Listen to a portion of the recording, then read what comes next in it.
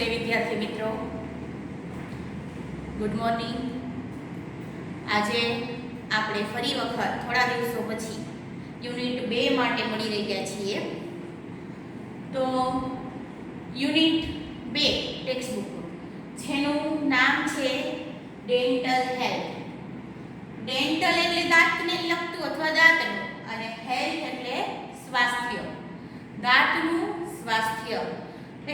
દાંતનું સ્વાસ્થ્ય એટલે શું? તો આપણે દાંતની અંદર આપણને કોઈ પણ પ્રકારની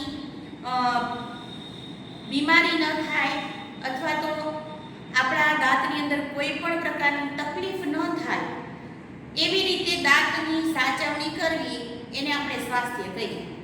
તો આપણા દાંતની સાચવણી એટલે શું? ખાલી બ્રશ કરવાથી શું દાંતની સાચવણી થઈ જતી હોય છે? નહીં।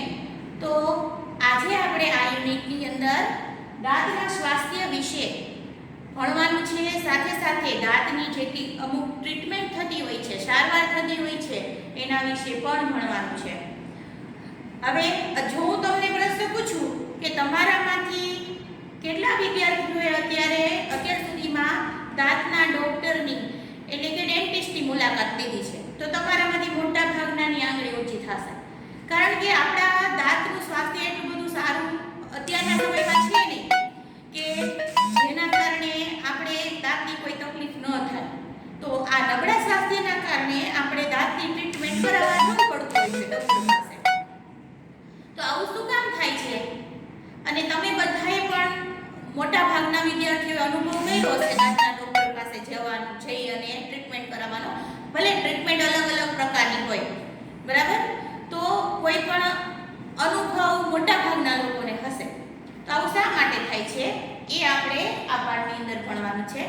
આખો પાઠ આપણને છે ને ડાયલોગ સ્વરૂપે આપેલો છે, એટલે ડાયલોગ સ્વરૂપે એટલે એમાં મુખ્ય 3 વ્યક્તિ છે, સોનિયા, એના અંકલ અને ડોક્ટર।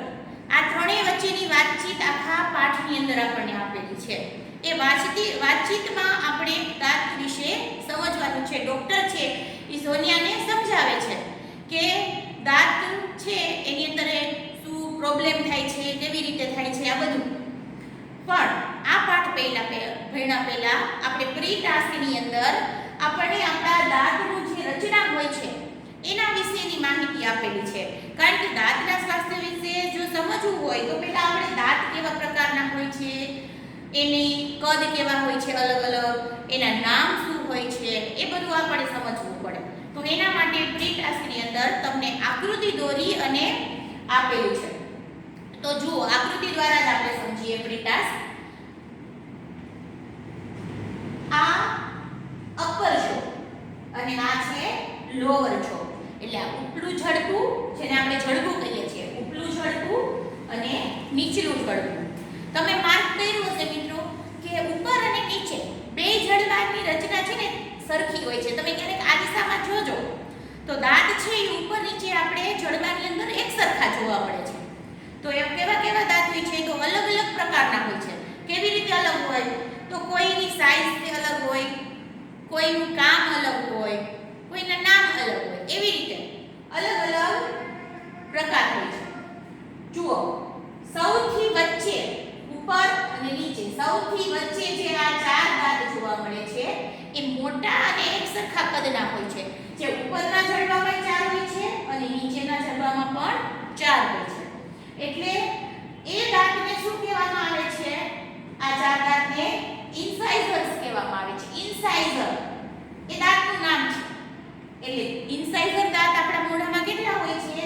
4 નીચેના જડબામાં અને 4 ઉપરના જડબામાં, એટલે ટોટલ ઇન્સાઇઝરની સંખ્યા કેટલી હોય છે? 8।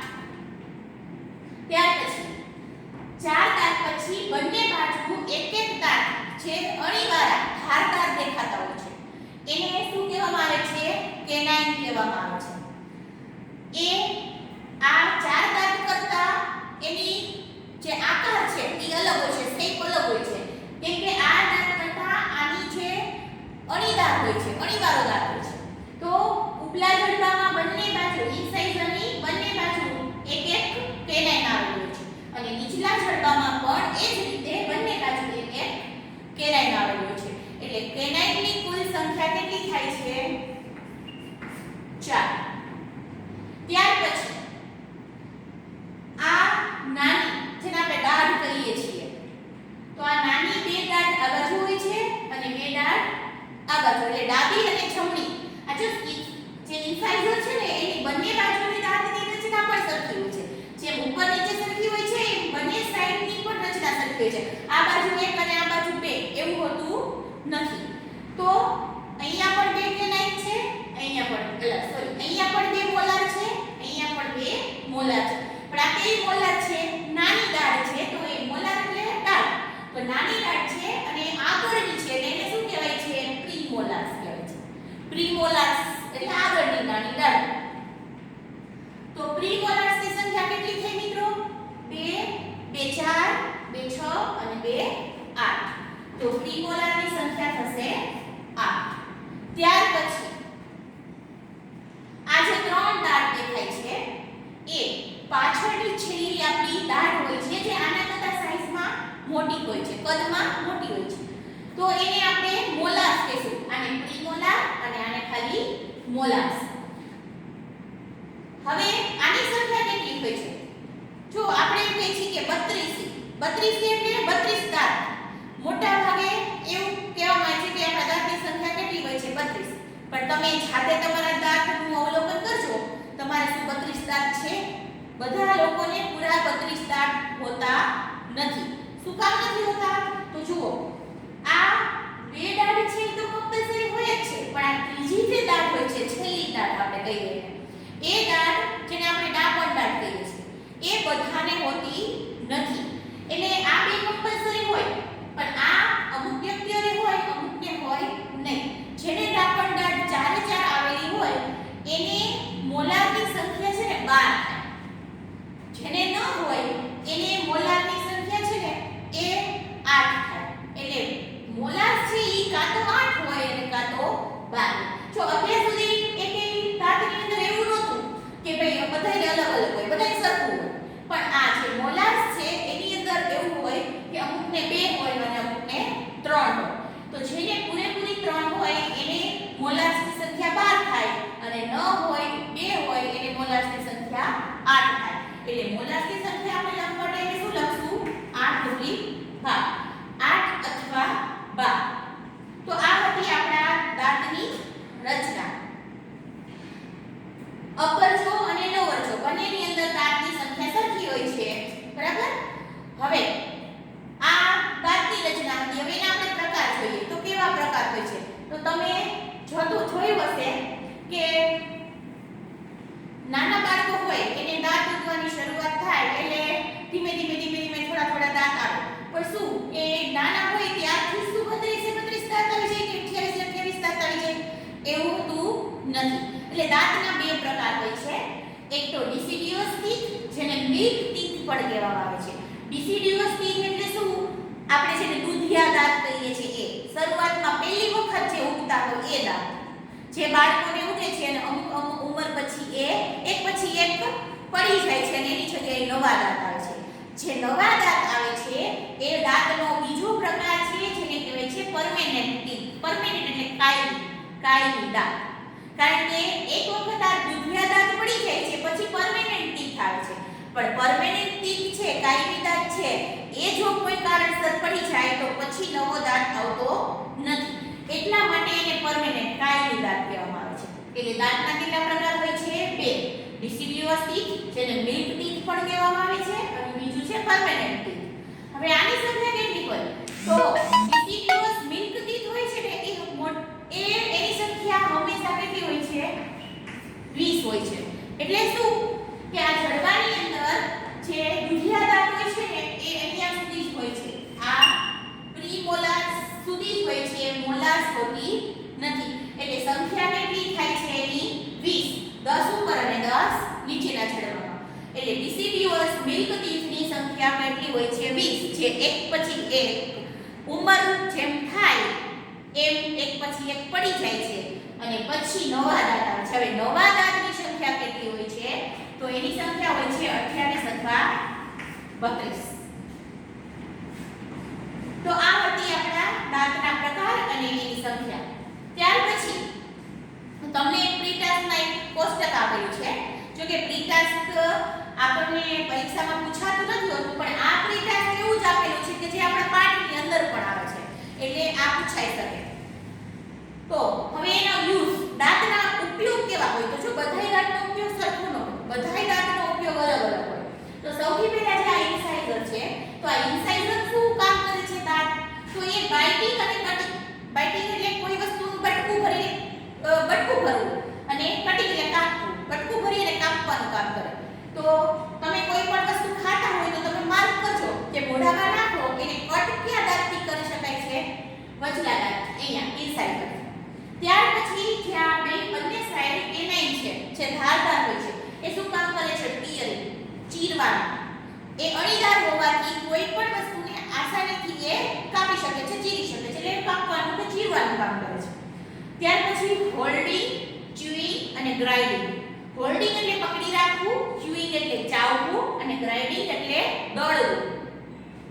તો આ જે દાળ હોય છે બધી, એ દાળ છે એમાં આ પ્રીમોલાર છે એ શું કામ કરે છે? હોલ્ડિંગ, પકડવું અને ચાવવું, અને સાથે સાથે ગ્રાઇન્ડિંગ, દળવાનું પણ કામ કરે. કોઈ પણ વસ્તુને તમારે મોઢામાં પકડી રાખવી છે તો એ કયા દાંત વડે પકડાશે? પ્રીમોલારથી પકડાશે. પછી ચાવવું છે, તમે કોઈ પણ ખોરાક ખાવ છો એને ચાવો છો ત્યારે તમે માર્ક કરશો.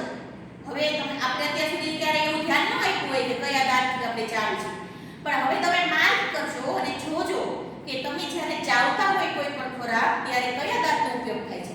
તો અહીંયા જે આ પ્રીમોલાર છે એના વડે ખોરાક ચવાય છે. અને સાથે સાથે આપણે જ્યારે ચાવીએ છીએ ખોરાક ત્યારે જે મોટા કણો ખોરાકના હોય છે એ કેવા બને છે? નાના બને છે, એટલે કે દળાય. જેમ અનાજ દળીને લોટ બને એવી રીતે ખોરાક મોઢામાં જાય એને દળી અને એ નાના નાના કણોમાં એ દળાઈ જાય છે, એટલે આપણે એને દળવું કહીએ છીએ. તો આ શું કામ કરે છે? હોલ્ડિંગ, ચ્યુઇંગ અને ગ્રાઇન્ડિંગ ત્રણેય કામ કરે છે. હવે આ મોલાર શું કામ કરે છે? તો મોલાર છે એ માત્ર દળવાનું જ કામ કરે છે, હોલ્ડિંગ અને ચ્યુઇંગ હોતું નથી. એ દળવામાં આની સાથે મદદરૂપ થાય છે, એટલે ખોરાકને નાના કણોમાં વિભાજિત કરવું એના માટે મોલાર છે ઉપયોગ થાય છે. તો આ હતી આપણા દાંતની રચના, આ દાંતના બે પ્રકાર અને આ દાંતના ઉપયોગ અલગ અલગ. તો આ રીતે આખું આપણા દાંત વિશેની માહિતી જે આપણે પ્રી ટાસ્કમાં આપેલી છે એ આપણે ભણ્યા. હવે આપણે આપણા મુખ્ય યુનિટમાં રીડમાં જઈએ. તો ટેક્સ્ટ બુક અને પેન્સિલ લઈ લેજો મિત્રો, અને સાથે સાથે જે અર્થ ન આવડે એ લખતા જજો.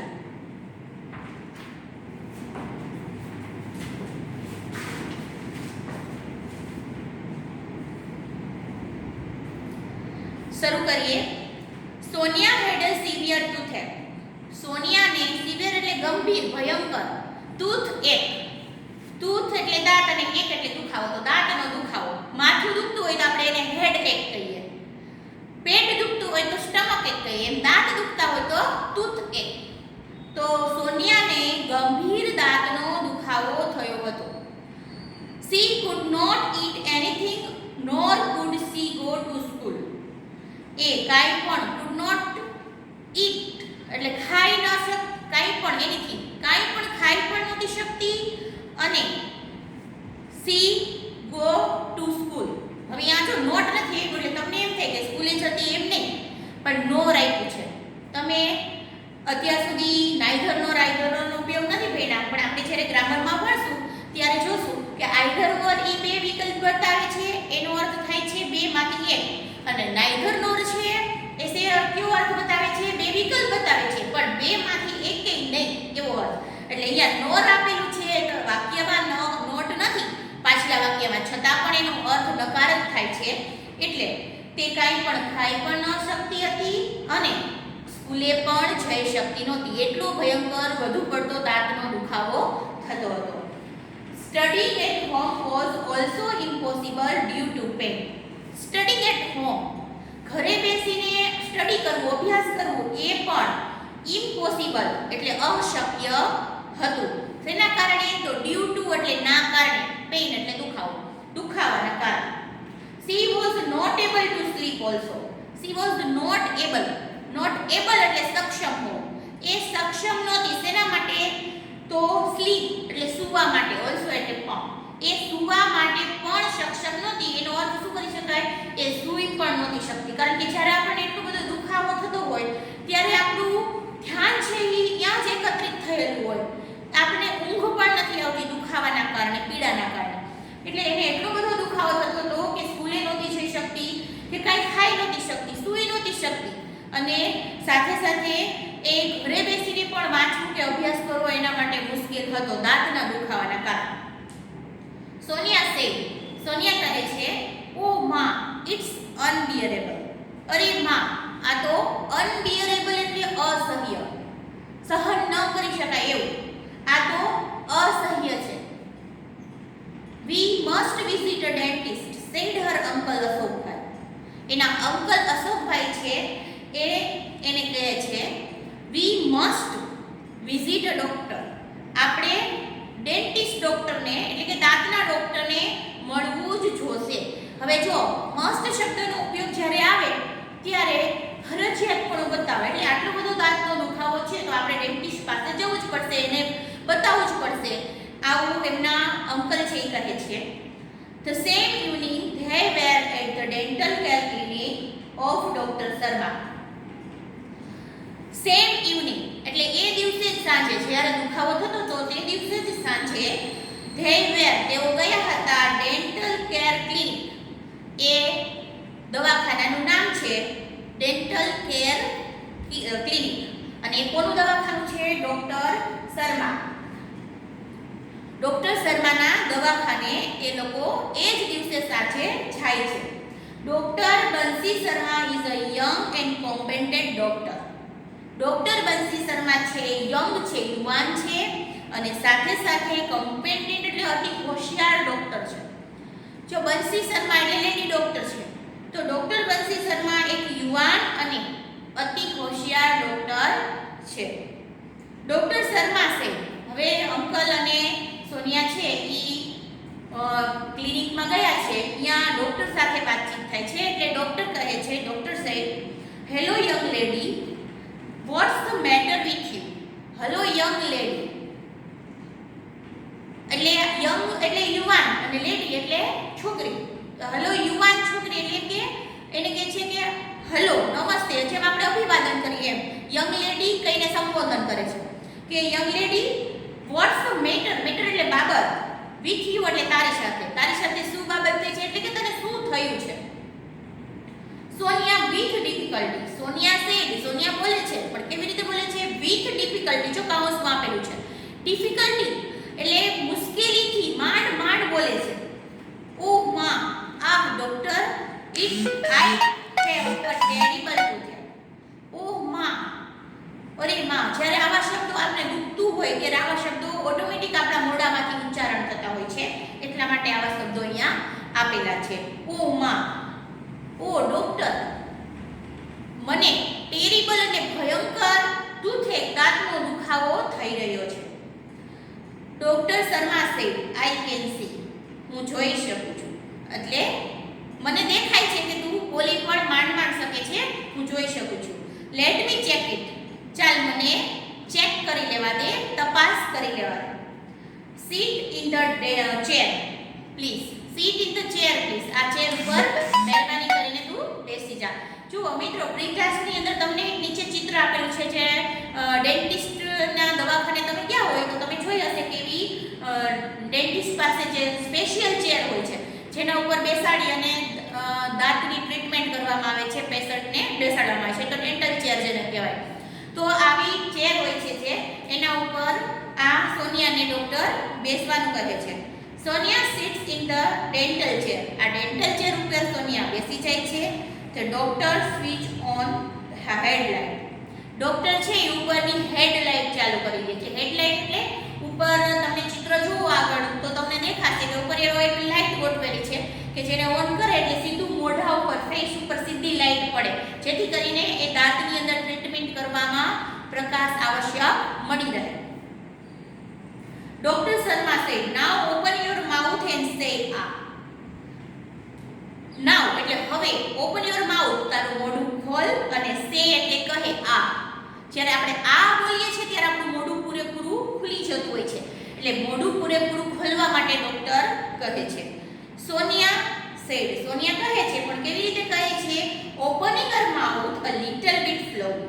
ઓપનિંગ હર માઉથ, એનું માઉથ ખોલે છે, મોઢું ખોલે છે, પણ લિટલ બીટ થોડું ખોલે છે અને સ્લોલી ધીમે ધીમે ખોલે છે. શું કામ? કેમ કે એને દુખાવો અતિશય થતો હોય છે, મોઢું ખોલી નથી શકાતું, બોલી નથી શકાતું, એટલે ધીમેથી થોડું મોઢું ખોલે છે અને કહે છે, sorry doctor, I can't open my mouth any wider than this.